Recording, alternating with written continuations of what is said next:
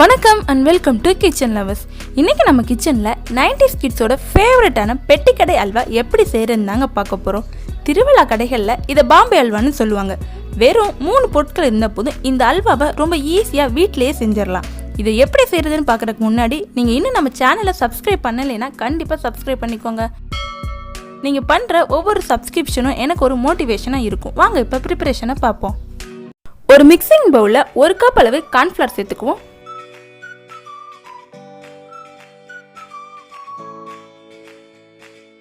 கூடவே 1 கப் அளவு கார்ன்ஃப்ளவருக்கு 2 கப் அளவு தண்ணி சேர்த்து கட்டிகள் எதுவும் இல்லாத மாதிரி நல்லா கரைச்சிக்குவோம். கார்ன்ஃப்ளவர் உங்களுக்கு தண்ணியில் ரொம்ப ஈஸியாகவே கரைஞ்சிரும், கட்டிகள் எதுவுமே வராது. பாருங்கள், இந்த அளவுக்கு நல்லா பால் மாதிரி கரைச்சதுக்கு அப்புறமா இதில் 1 பிஞ்ச் அளவு உப்பு சேர்த்துக்குவோம். உப்பு ஏன் சேர்க்குறோன்னா, எந்த ஒரு ஸ்வீட்டுக்குமே 1 பிஞ்ச் அளவு உப்பு சேர்த்து செஞ்சிங்கன்னா ஸ்வீட்னஸும் டேஸ்ட்டும் தூக்கலாக காட்டும். அதுக்காக தான். கார்ன்ஃப்ளவர் மிக்ஸ் ரெடி ஆயிடுச்சு. இன்றைக்கி நான் இந்த பிளேட்டில் தான் கடைசியாக அல்வாவை சேர்த்து செட் ஆக விட போகிறேன். ஸோ இதில் லைட்டாக ஆயில் சேர்த்து எல்லா பக்கமும் நல்லா தடவி விட்டுடுவோம். ஒரு கடாயை அடுப்பில் வச்சு அதில் 2 கப் அளவு ஜீனி சேர்த்துக்குவோம். 1 கப் கார்ன்ஃப்ளவருக்கு 2 கப் சுகர் கரெக்டாக இருக்கும். மெஷர்மெண்ட் எல்லாமே நீங்கள் ஒரே சைஸ் கப்பாக யூஸ் பண்ணுங்கள். கப்புக்கு பதிலாக டம்ளர் கூட நீங்கள் யூஸ் பண்ணிக்கலாம். ஆனால் ஒரே அளவாக யூஸ் பண்ணிங்கன்னா தான் அளவு கரெக்டாக வரும், அல்வாவும் சூப்பராக வரும். இப்போ 2 கப் சுகருக்கு அதே சைஸ் கப்பில் 2 கப் அளவு தண்ணி சேர்த்துக்குவோம். சேர்த்துட்டு சுகர் நல்லா கரையிற மாதிரி நல்லா கலந்து விட்டுடுவோம். இந்த சுகர் சிரப் கம்பி பதம்லாம் வரணும்னு அவசியம் இல்லை. ஜீனி நல்லா கரைஞ்சி கொதி வந்தாலே போதும். இது ஒரு ஈஸியான ரெசிபி. ஃபஸ்ட் டைம் செய்கிறவங்க கூட நம்ம சொல்கிற அளவையும் டிப்ஸையும் ஃபாலோ பண்ணால் ரொம்ப ஈஸியாக சூப்பராக செஞ்சிடலாம். பாருங்கள், சுகர் நல்லா கரைஞ்சி கொதி வந்துருச்சு. இப்போ அடுப்பை மீடியம் ஃப்ளேமில் வச்சுட்டு இதில் 2-3 ஏலக்காயை பொடி பண்ணி வச்சுருக்கேன், அதை சேர்த்துக்குவோம். சேர்த்துட்டு நல்லா கலந்து விட்டுடுவோம். கடைகளில் செய்யும்போது இந்த ஸ்டேஜில் கொஞ்சமாக லெமன் ஜூஸ் சேர்ப்பாங்க. அப்போ தான் அல்வா ஆறுனாலும் சுகர் கட்டிப்படாமல் இருக்கும். கம்மியாக பண்ணுறதால நம்ம சேர்க்க தேவையில்லை. உங்ககிட்ட லெமன் ஜூஸ் இருந்தால் சேர்த்துக்கோங்க, ஆனால் சேர்க்காமல் இருந்தாலும் நல்லதாக இருக்கும்.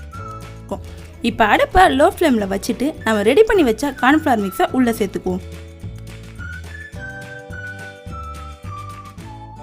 சேர்த்துட்டு கைவிடாமல் கிண்டி விட்டுக்கிட்டே இருப்போம்.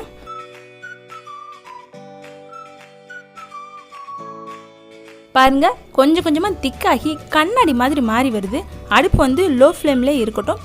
அடிப்பிடிச்சிடாம கைவிடாமல் கிண்டி விட்டுக்கிட்டே இருப்போம்.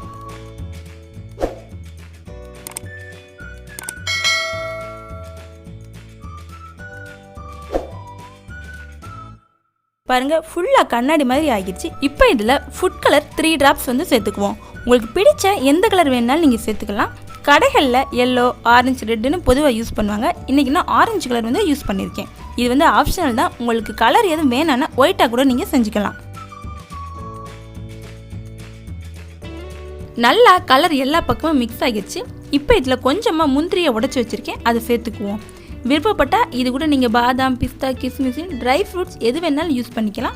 நட்ஸ் எதுவும் சேர்க்காம பிளைனாக கூட நீங்கள் செய்யலாம், அதுவும் நல்லா தான் இருக்கும். முந்திரி சேர்த்து மிக்ஸ் பண்ணியாச்சு. இப்போ இதில் 2 ஸ்பூன் அளவு நெய் சேர்த்து மிக்ஸ் பண்ணிக்குவோம். நெய் சேர்த்து கிண்டும்போது நெய்யை அல்வா கொஞ்சம் கொஞ்சமாக உள்ளே இழுத்துக்கிறோம். நெய்யை ஃபுல்லாக இழுக்கவும் மறுபடியும் 2 ஸ்பூன் நெய் சேர்த்து அதே மாதிரி மிக்ஸ் பண்ணிவிடுவோம்.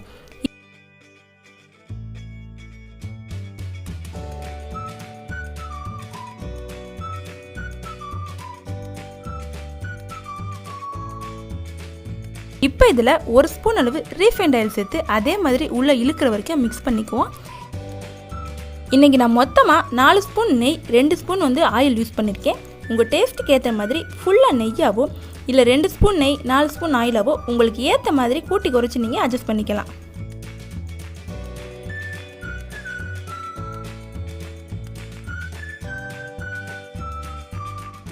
பாருங்க, அல்வா பாத்திரத்தில் ஒட்டாமல் நல்லா திரண்டு வருது. இப்போ அதை நம்ம இறக்கிடலாம். இறக்கி ஆயில் தடவி வச்ச பிளேட்டுக்கு நம்ம மாற்றிடுவோம்.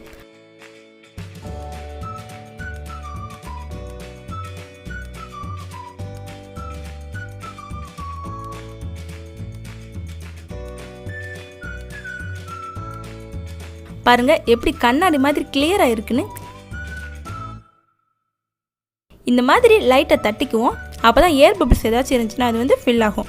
அவ்வளோதாங்க, அல்வா ஆல்மோஸ்ட் ரெடி ஆயிடுச்சு. இப்போ இதை கம்ப்ளீட்டாக கூல் ஆகிற வரைக்கும் நம்ம அப்படியே விட்டுடுவோம்.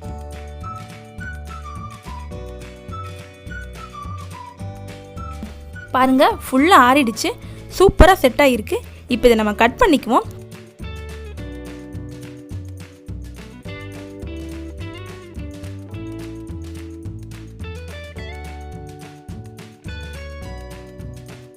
கட் பண்ணியாச்சு. இப்போ இதை நம்ம இன்னொரு பிளேட்டுக்கு மாற்றி தனித்தனி பீசஸாக எடுத்துக்குவோம். அவ்வளோதாங்க, ரொம்ப டேஸ்டியான பாம்பே ஹல்வா ரொம்ப ஈஸியாக ரெடி ஆயிடுச்சு. இதை சாப்பிடும்போது சின்ன வயசில் பெட்டி கடைகளை வாங்கி சாப்பிட்ட ஞாபகம் தான் வருது. கார்ன்ஃப்ளவர், சுகர், நெய் இந்த 3 பொருள் இருந்தால் போதும் இந்த அல்வாவை ரொம்ப சூப்பரான டேஸ்ட்டில் ரெடி பண்ணிடலாம். நீங்களும் இதை கண்டிப்பாக ட்ரை பண்ணி பார்த்துட்டு டேஸ்ட் எப்படி இருந்துச்சுன்னு கமெண்ட்டில் சொல்லுங்கள்.